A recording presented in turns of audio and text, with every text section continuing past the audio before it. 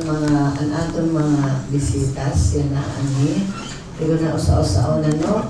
Kanina ano naman natin, napakilala tayo lahat. So, itong natutuwa ko sa mga ano natin sa session na to. Natutuwa ako sa mga convergence, sa mga department heads, at saka mga of course ang tulong ng PMNP, ang national down to the provincial na nandito ngayon. Ako'y natutuwa sa kasi mula kumbaga for your information, mga bisitas, naging mayor ako 2013 and hanggang nag-graduate ako 2022.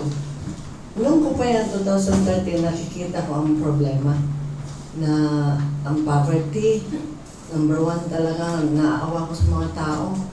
Kasi dito sa amin noon, dito, yung malungkot. Malungkot ba ang aming lugar? Kasi ang economy, bagsak na bagsak. Sabi ko, isang dito, ang problema, poverty. Para ma-solve ang poverty, sabi ko, kailangan hawakan natin ang nutrisyon. Kasi ang first 1,000 days, ang malaking tulong. Malaking tulong. Kasi pag nakafocus tayo sa first 1,000 days, yung mga bata, lalaki silang matalino, healthy, at saka mag-aaral sila mabuti, magiging successful sila sa future nila. So kung lahat ng mga bata maging successful, yun ang solusyon ng poverty. Diba? Sabi nga ni Gob, Ate Malo, bakit ganon? Napaka ng poverty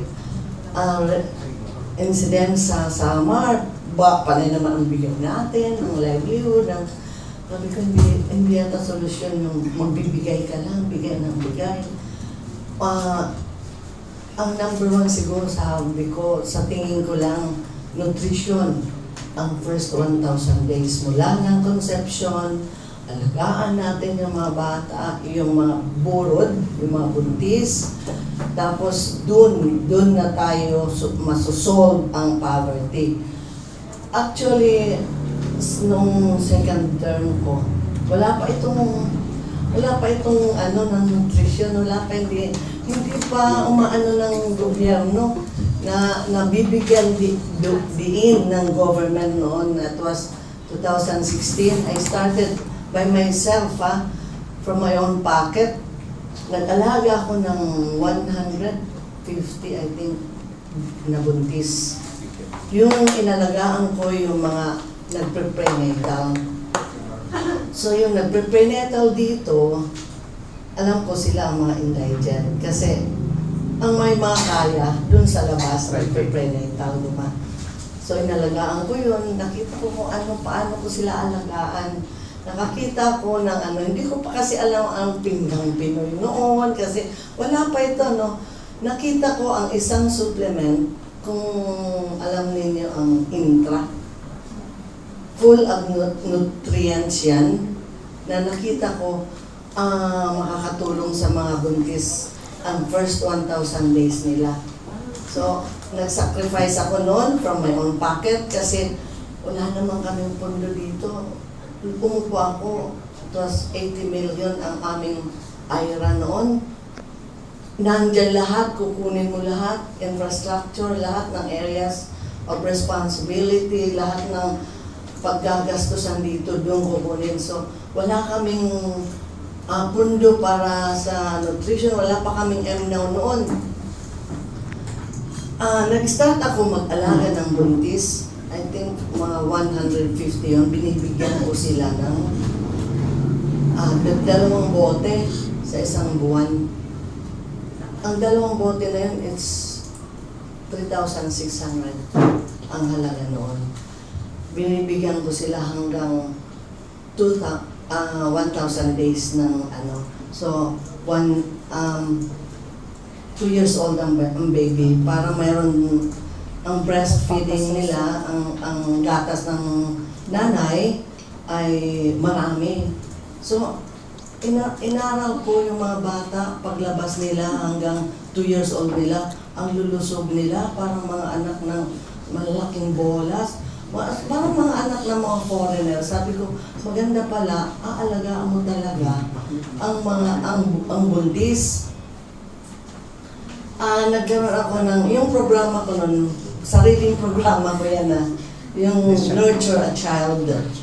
Sinare ko yan kay Gob, pero sabi ni Gob, hindi kaya ng province kasi mahal nga yung supplement na yon.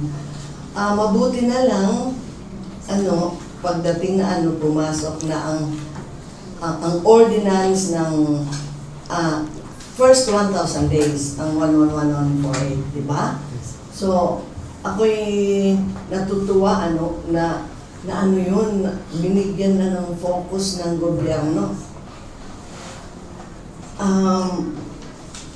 Nung bumalik ako, naka 3 terms ako, nag-graduate ako, bumalik ako, nito lang, 2025, nung unang araw ko, sinabi ko sa mga leaders, sa mga department heads, turnover ceremony namin na ang priority ko ay nutrition.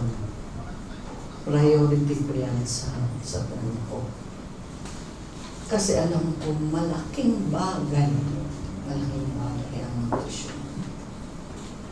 Kung ito'y tuloy-tuloy na gagawin, sabi nga ni Sir, kung tuloy-tuloy namin gagawin ito sa nating lahat, kasi hindi ko naman kaya to, nating lahat, hindi ko kaya to, alam ko hindi ko kaya, pero I tried noon, parang experiment lang yun, yung sa akin, kasi hindi naman kaya ng gobyerno na 3,006 kada buntis. Diba? Isang buwan yun kasi 15 days ko binibigyan ang mga buntis. 15 days, 1 bottle, 15 days, 1 bottle. Wala kami pagkukuhanan nun. Ginawa ko lang experiment yun. Kasi alam ko ang content ng supplement ay napaka-nutritious. From fruits and vegetables, ang content noon. Sa ngayon, ako'y natutuwa, pumasok ang PMNP. Nagalak ako kasi magiging sustainable ang programa ng nutrisyon.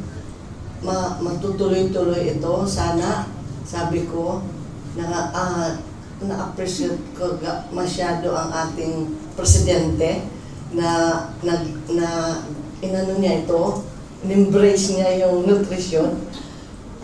Sabi ko, sana susunod na presidente, ituloy pa rin niya ito.